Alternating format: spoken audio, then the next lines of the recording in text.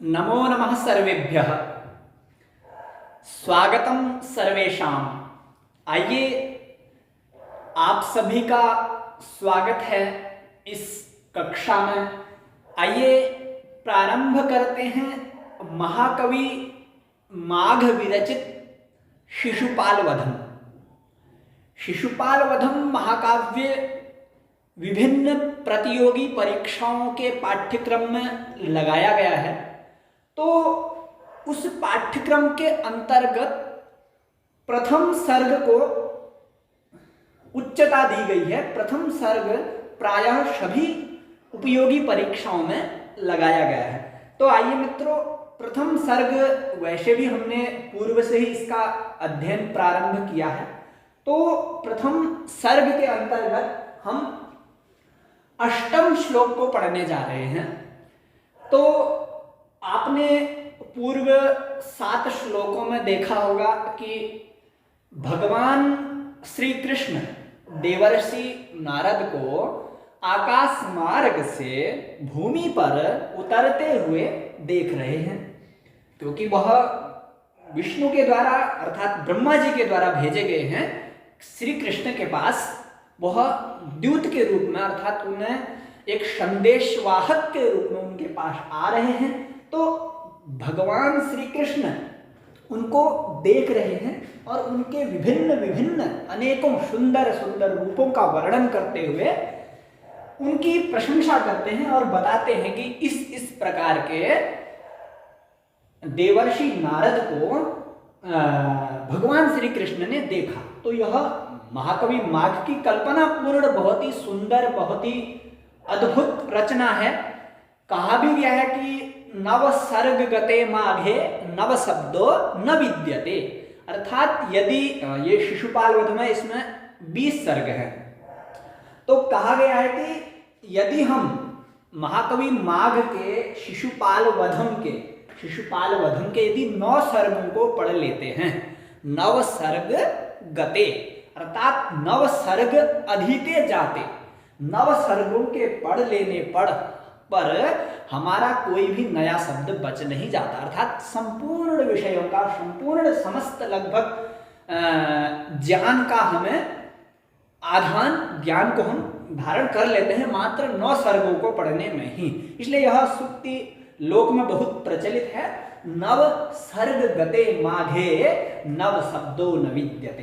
तो देखिए इन सुंदर सुंदर अद्भुत अद्भुत शब्दों के द्वारा उन्होंने उसका वर्णन किया है। तो आइए इस श्लोक को पढ़ते हैं। यह वंशस्थ छंद में लिखा गया है। तो वंशस्थ छंद में ही प्रायः प्रथम सर्ग है। तो वैसे भी बृहत्त्रयी के अंतर्गत 3 ग्रंथ आते हैं, शिशुपाल वधम, किरातार्जुनीयम, नैषधीय चरितम। तो तीनों सर्ग प्रायः वंशस्थ छंद में ही प्रथम तीनों के सर्ग लिखे गए हैं। तो आइए इस श्लोक को पढ़ते हैं वंशस्थ छंद में। आप सभी भी पढ़िए। तो आइए प्रारंभ करते हैं। निसर्ग चित्रोज्ज्वल सूक्ष्म पक्ष्मणा लसद् विसच्छेद सितांग संगिना। पुनः देखते हैं प्रथम द्वितीय पाद को। निसर्ग चित्रोज्ज्वल सूक्ष्म पक्ष्मणा लसद् विसच्छेद सितांग संगिना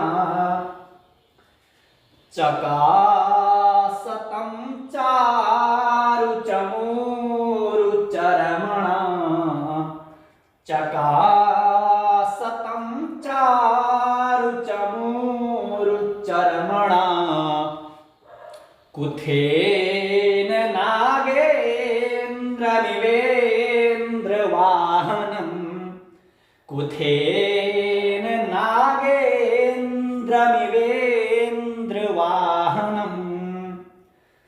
तो कहा कि नागेन्द्रम इव इंद्रवाहनम चकासतम। तो उन्होंने उन नारद को किसके समान देखा? चकासतम अर्थात शोभायमानम, शोभितम, अर्थात उन्होंने उनको देखा शोभमानम, देखा। चकासतम शब्द वैसे जैसे हम चकास्ती का प्रयोग करते हैं, अर्थात आप सुंदर लग रहे हैं, तो चकासतम सुंदरम शोभायमानम दृष्टम, तो चकासतम अर्थात शोभायमान उनको देखा, चकासतम।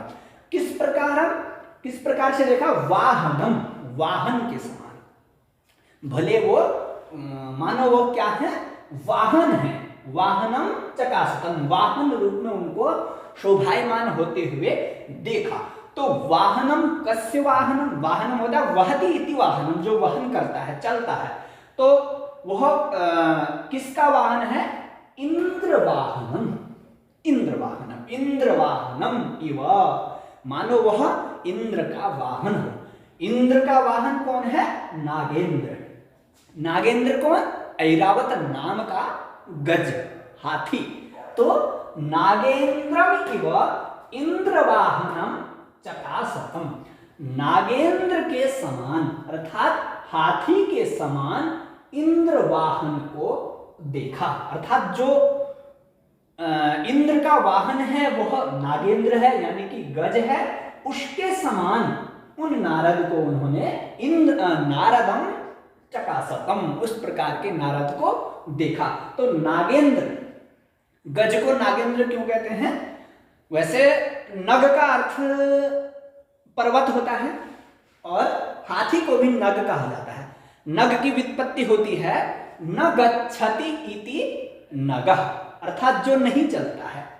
तो पर्वत हो गया नहीं चलता, वैसे प्रायः हाथी भी नहीं चलता है, नहीं के बराबर अर्थात कम चलता है, तो उसको भी नग कहते हैं, नाग कहते हैं। तो उनका भी जो राजा है, तो हाथियों का भी जो राजा, सबसे बड़ा हाथी कौन है? वो ऐरावत है, तो उसको कहते हैं नागानाम इंद्र, अर्थात हाथियों का जो राजा है वो कौन है? ऐरावत। तो नागेंद्रम इव इंद्रवाहनम चकासतम, नागेंद्र के समान, उस वाहन के समान, मतलब जैसे इंद्र का वाहन ऐरावत हाथी है, उसी प्रकार उन्होंने नारद को भी देखा। अब किन किन विशेषणों के माध्यम से, किस रूप के द्वारा उन्होंने कल्पना करी कि बहुत ऐरावत हाथी के समान दिखाई दे रहे हैं, तो आइए देखते हैं। प्रथम विशेषण कहा उन्होंने निसर्ग चित्रोज्वल सूक्ष्म पक्ष्मणा, वह किसके द्वारा जाना? किसके द्वारा? वाहनम पक्ष्मणा, रोमड़ा, रोमों के द्वारा। वो रोम जो उनके शरीर में छोटे छोटे रोम हैं, और वो रोम कैसे हैं? सूक्ष्म हैं, छोटे छोटे रोम, यानी कि बालों को कहता है, केशों को। तो सूक्ष्म पक्ष्मणा, छोटे छोटे लोमों के द्वारा, और वो कैसे हैं? चित्र और उज्ज्वल है। उज्ज्वल कहने का मतलब है वह कैसे हैं? उज्ज्वल, शोभायमान, श्वेत अर्थात उज्ज्वल वर्ण के, शुभ्र वर्ण के, और कैसे? दूसरे कैसे वर्ण के? चितकबरे वर्ण के। चितकबरा वर्ण जो होता है एक रंग विशेष है। तो और कैसा है वो? निसर्ग है। निसर्ग कहने का मतलब इनका यह है कि जो स्वाभाविक है, स्वभाव से ही लगने वाला, स्वभावतः चितकबरा और उज्ज्वल सूक्ष्म लोमों के द्वारा वाहनम चकासतम, इनके द्वारा मानो वह हाथी के समान दिखाई दे रहे थे। और द्वितीय विशेषण क्या है? लसद विसच्छेद सितांग संगीना, कहा जो क्या है? संगीना, साथ में हो, भलो मानो किसी चीज से जुड़ा हुआ है। किससे है? किसका साथ है? सित अंग, श्वेत वर्ण के अंग के द्वारा, श्वेत वर्ण के अंग का साथ करने से, अर्थात श्वेत वर्ण के रंग से मिश्रित, मिला हुआ।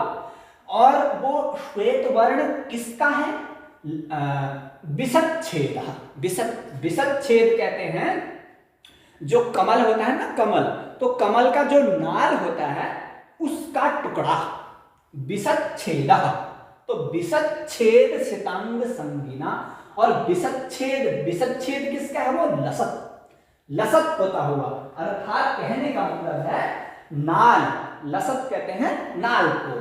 तो नाल, नाल वही जो कमल का जो तना होता है उसको नाल, कमल नाल। तो कमल नाल के खंड के समान श्वेत वर्ण के श्वेत वर्ण के साथ उस प्रकार से, अर्थात वो जो जो इंद्र का जो वाहन दिखाई दे रहा था वो किस प्रकार दिखाई दे रहा था, मानो कमल के नाल के टुकड़ों के समान श्वेत हो, सफेद वर्ण कहा। श्वेत अंग संगीना, अर्थात उनके जो शरीर के जो अंग हैं वो श्वेत शुभ्र वर्ण के दिखाई दे रहे हैं। और कहा तृतीय, चारु चमूरु चरमणा। चमूरु कहते हैं मृग को, मृग विशेष, तो उसकी चर्म के द्वारा, और कैसी चर्म है वो, चारु है, सुंदर है। तो चर्मणा तृतीया का एक वचन है, तो चर्म चर्मणि चर्माणि, चर्म चर्मणि चर्माणि, चर्मणा चर्म के द्वारा, चर्मणा मतलब उस चर्म के द्वारा, चमड़ी के द्वारा, नागेंद्रम इव वाहनम चकासतम, और वह चर्म किसका है, चमूरु का। चमूरु कहते हैं मृग को, तो चमूरो हो चर्मणा, मृग के चर्म के द्वारा। मृग का चर्म कैसा है, सुंदर है, तो बहुत ही सुंदर शोभायमान मृग के चर्म के द्वारा इंद्र के समान वाहन को देखा। इंद्र के वाहन के समान उन्होंने नारदम चकासतम। और एक विशेषण और है कुथेन, कुथ के द्वारा। कुथेन कहते हैं पृष्ठास्तरणेन, जो हाथी हो या अश्व घोड़ा हो उनके ऊपर एक सुंदर सा कपड़ा बिछाया जाता है ना, आस्तरण, जो उनकी पीठ पर जो बिछाया जाता है उसको कहते हैं पृष्ठास्तरण।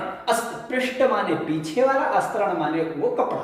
तो कुथेन, कुथः कुथौ कुथः, तो उस कुथेन, कुथेन यानी कि पृष्ठ आस्तरण के द्वारा, अर्थात मानो वह नारद जी ऐसे दिखाई दे रहे थे, अर्थात हाथी का जो पीठ पर बिछाया जाने वाला जो कपड़ा हो उससे, तेन कुथेन नागेंद्रम वाहनम इव चकासतम, इस प्रकार से नागेंद्र के समान, इंद्र वाहनम नागेंद्रम इव, इंद्र के वाहन नागेंद्र के समान उन्होंने उन नारद को देखा। तो पुनः देखते हैं, कहा कि स्वभावतः चित्कब्रे और उज्ज्वल सूक्ष्म रोमों के द्वारा, और कहा कमल के नाल के टुकड़ों के समान शुभ्र शरीर वाले, और कहा सुंदर मृग के चर्म के द्वारा, और पीठ पर बिछाए हुए कपड़े के द्वारा उन्होंने इंद्र वाहनम नागेंद्रम चकासतम, इस प्रकार से इतने विशेषणों से युक्त, इतनी शोभायमान कल्पनाओं से युक्त उन्होंने उन देवर्षि नारद को देवराज इंद्र के वाहन के समान देखा। इस प्रकार इस श्लोक का भाव होगा। तो आशा है आप सभी को समझ में आया होगा। और एक मुख्य चीज और सुन लीजिए, इसमें छंद पूछेगा तो वंशस्थ छंद है, लक्षण है उसका जतौ तु वंशस्थ मुदीरितं जरौ, ये लक्षण है। और इसमें मित्रों उत्प्रेक्षा नाम का अलंकार है। उत्प्रेक्षा करी है, मानो उत्प्रेक्षा यानी कि संभावना अथवा उत्प्रेक्षा, जहां पर संभावना की गई है। मानो कहा वो चित्कब्रे सूक्ष्म रोमों के द्वारा है, मानो चारु चमूर चर्मणा है, क्योंकि उन्होंने चर्म तो धारण नहीं किया हुआ है ना, तो फिर भी एक उत्प्रेक्षा संभावना करी है, मानो कि वह कैसे दिखाई दे रहे थे, इंद्र के हाथी के समान दिखाई दे रहे थे। तो इस प्रकार यह श्लोक है। तो पुनः आप सभी के समक्ष एक सुंदर सा श्लोक लेकर के हम उपस्थित होंगे। तो अब प्रारंभिक रचना अनुवाद कौमुदी का भी आप सभी पाठ करें। तो आप सभी को यदि यह अच्छा लगे तो आप चैनल की सदस्यता लें और अपने मित्रों को भी पढ़ने का अवसर प्रदान करें, उनको साझा करें। तो आप सभी का पुनः पुनः धन्यवाद। नमः संस्कृताय।